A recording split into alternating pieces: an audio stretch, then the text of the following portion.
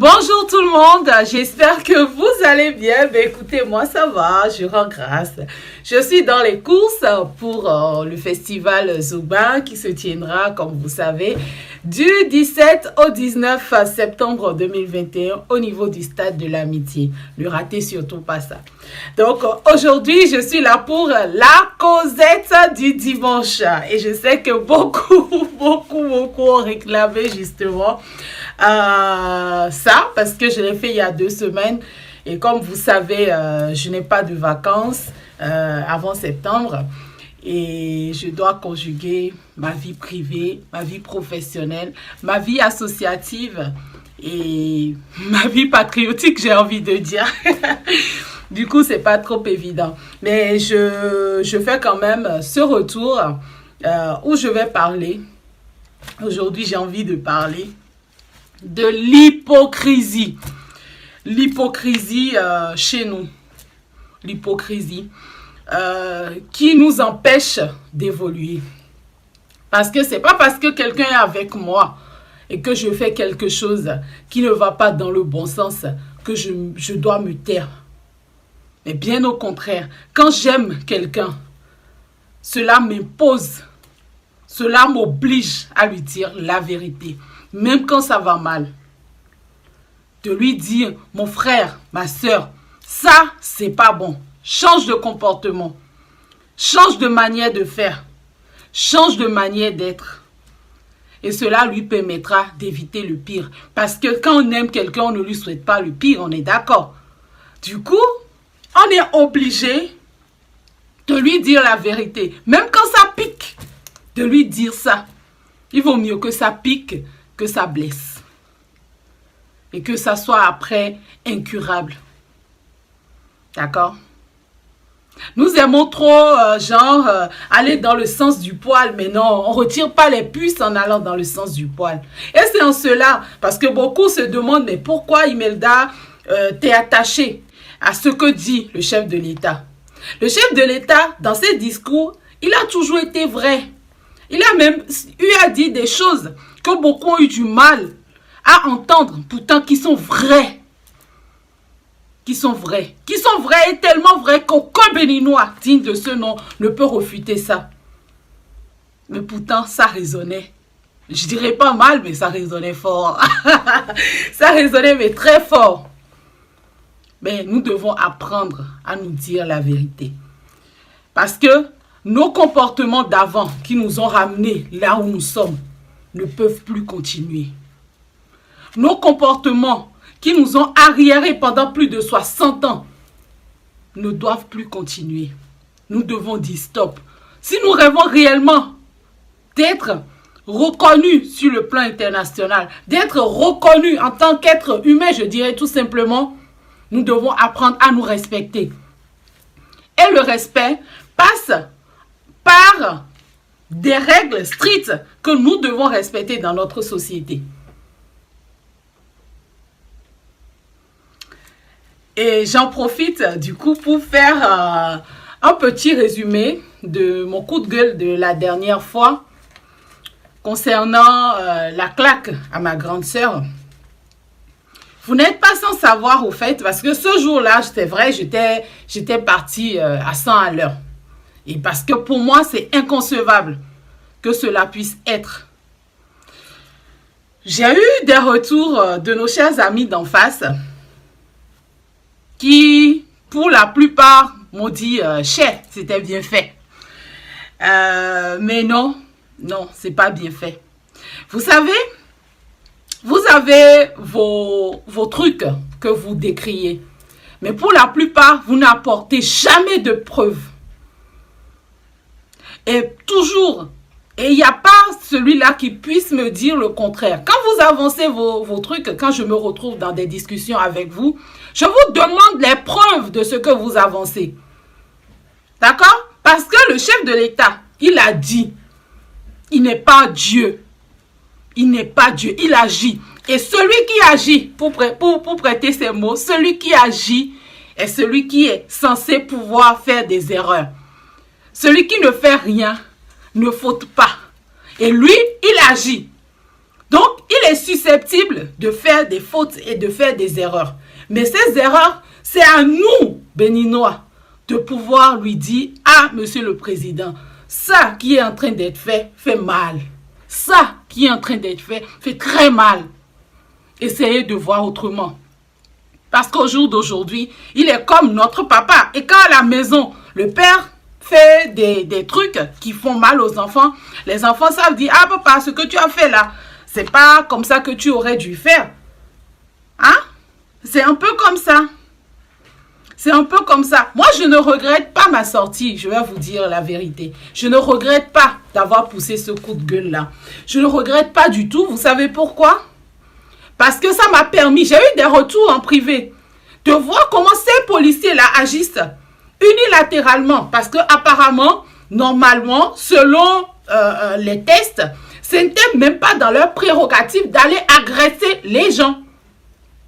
D'aller même faire la libération, ça ne les regarde pas. C'est aux municipalités de le faire. Et c'est en cas de récidive qu'ils sont, enfin, en cas de récidive et de non-obtempération, que genre, ils sont à même de pouvoir intervenir. Mais c'est le contraire qui se passe quand on entend que des policiers vont récupérer des casseroles de nourriture chez des bonnes dames pour aller manger. On se pose des questions, on est d'accord. Et quand on a des retours comme ça, moi je ne regrette pas au fait. Je ne regrette pas ma sortie, non. Bien au contraire, si c'était à refaire, je le referais.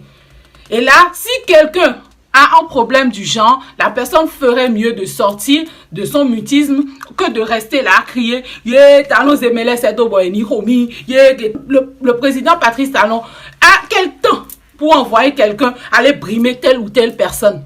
Il a quel intérêt derrière? Hein?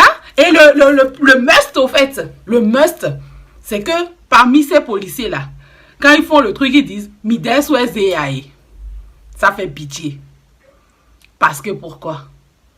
Parce qu'aujourd'hui, ils n'ont plus les sous-tables qui faisaient leur joie. Parce que pour la plupart, ils ne peuvent plus assumer leur deuxième, troisième, quatrième, cinquième bureau. Parce que pour la plupart, ils ne peuvent plus faire comme ils faisaient avant. Figurez-vous, je parle de la police pour parler du cas général. Un citoyen béninois qui gagne peut-être 150 000 francs le mois. Il paye un loyer de 50 000 francs CFA. Il a une femme à qui il refuse de travailler parce qu'il ne veut pas que quelqu'un drague sa femme. Du coup, il doit payer les charges de cette dernière. Il doit lui coudre des vêtements, il doit l'envoyer chez la coiffeuse, il doit l'envoyer... enfin, il doit être aux petits soins. Et s'il y a quelque chose qui se passe dans la belle famille, il doit pouvoir être présent également. Ce dernier, comme si la seule femme qu'il a pris ne lui suffit pas, il ira chercher une maîtresse dehors qu'il mettra dans presque des conditions presque similaires. Ok?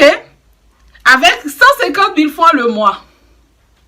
Parce qu'il sait derrière qu'il a au moins 500 000 de contourner et que les 150 000 francs ne sont que figuration.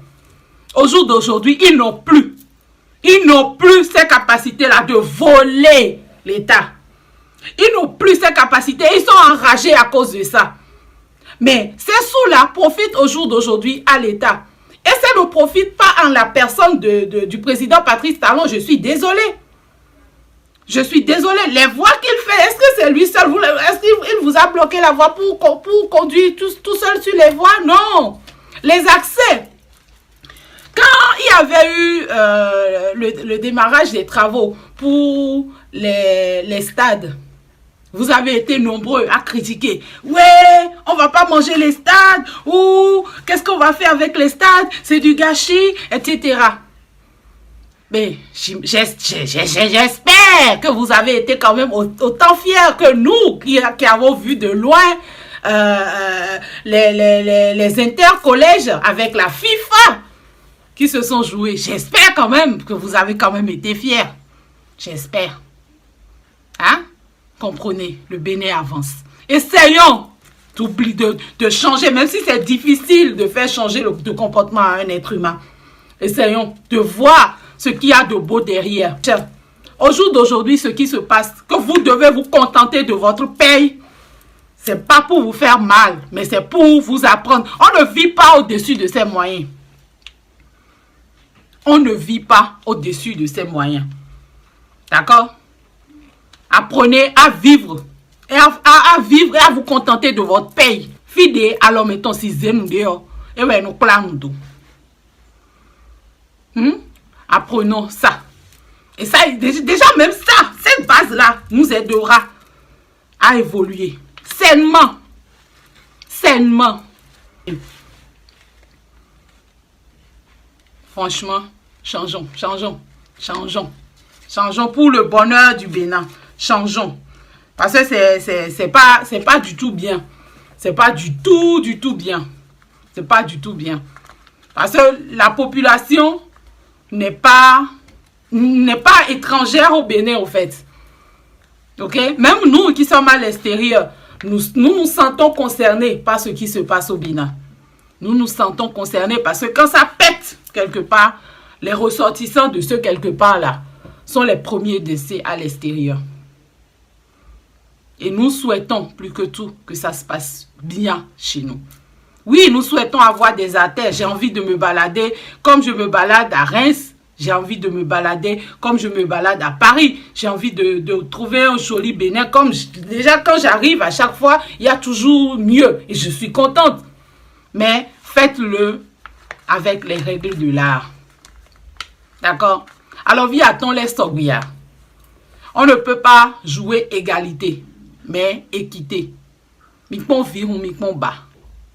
Je remercie le DG de la police républicaine qui a quand même fait un pas vers ma soeur quand il a eu vent de la situation. Je remercie également tous ceux qui ont fait un pas dans ce sens. Et j'estime quand même que franchement, la loi se doit d'être dite et que nous n'allons pas retirer les plaintes qui ont été déposées parce que au-delà de ma soeur, avec tout ce que moi j'ai eu en retour comme témoignage, une leçon se doit d'être donnée. Un stop, comme je l'ai dit, comme je l'avais réclamé en colère, se doit d'être marqué au fait. Les policiers sont avant tout les amis de la population. Ils ne sont pas là pour brimer la population. Sinon, ce serait dangereux. Vous imaginez? Si la population ne peut pas leur faire confiance, alors qu'ils sont censés être là pour assurer la sécurité de cette population-là, c'est que c'est dangereux. Pour le festival Zogma, malheureusement, on n'a pas encore des accompagnements dignes du nom. Et nous espérons quand même, peut-être à la dernière minute, avoir des âmes de bonne volonté pour nous accompagner sur ce festival de valorisation du patrimoine culturel immatériel béninois.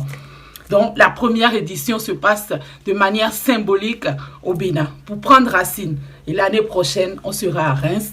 L'année d'après, vous serez au courant de toute façon d'où on sera. Franchement, essayez de nous accompagner.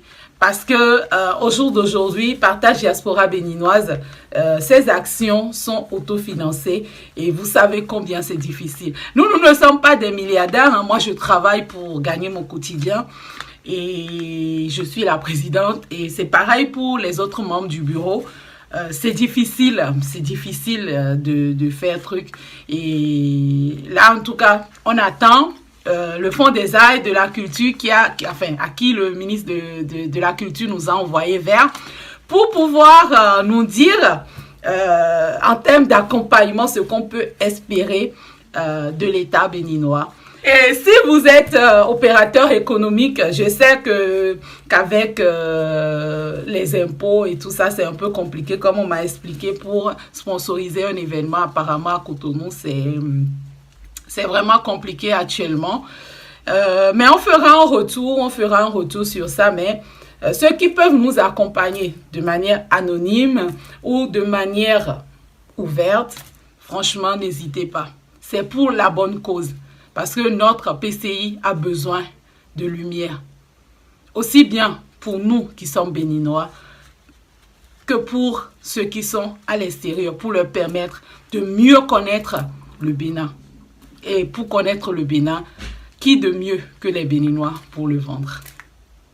Qui de mieux que les Béninois pour pouvoir vendre le Bénin au monde entier? Je compte sur nous. Je vous souhaite une très belle semaine. Une très belle semaine. Et je vous dis à bientôt. Des bisous.